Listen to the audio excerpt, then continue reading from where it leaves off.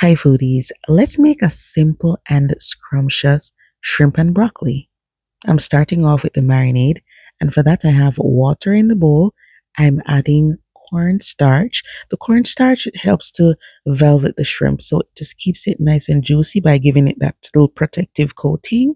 I'm adding some soy sauce. I won't be using any salt because this has enough sodium.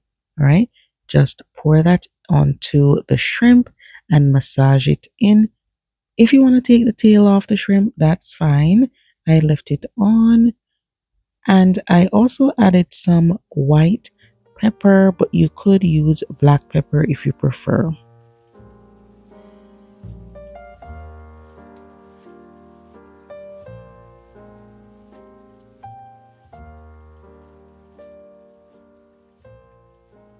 Go ahead and let this marinate in the fridge for at least 30 minutes.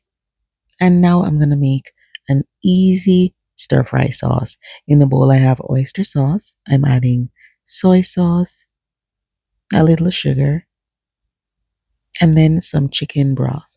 If you don't have chicken broth, just get some warm water and mix it with some like a chicken seasoning cube and go ahead and use that. Set this aside and then we will start the shrimp.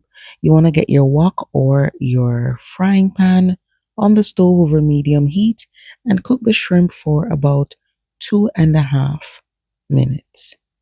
These are really large shrimp and they are raw. You want to go with large or jumbo or colossal and make sure that the shrimp is raw so it doesn't get too overcooked, right? So just cook on both sides. 2 minutes would be good. And then what we'll do is set the shrimp aside.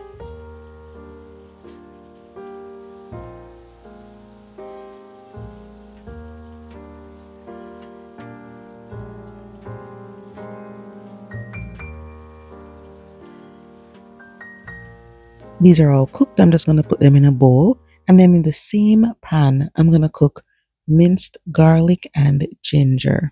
If you need to add a little more oil, feel free to add a little oil in there.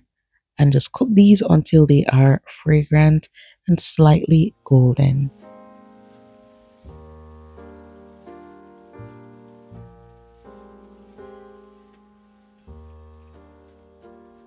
Then go ahead and add that stir fry sauce. This is going to be a very light sauce. I will be adding a mixture of cornstarch and water. So that slurry is going to help this mixture get thickened and really silky and glossy. You want to make sure you continue to stir while adding the slurry. This prevents the lumps from forming. So use a whisk or the spoon or a spatula and continue to stir this. The next step is to add the shrimp and stir everything together because you want that shrimp to be coated with that delicious sauce. Allow it to cook for at least half a minute and then add some pre-cooked broccoli right here. Continue to mix everything together. And last minute, you can drizzle in some sesame seed oil.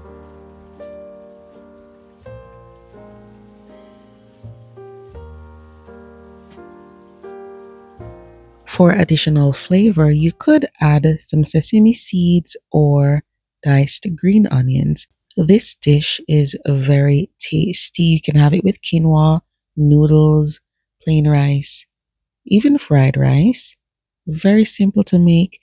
So you can definitely add this to your list of favorites for those family dinners on a weeknight.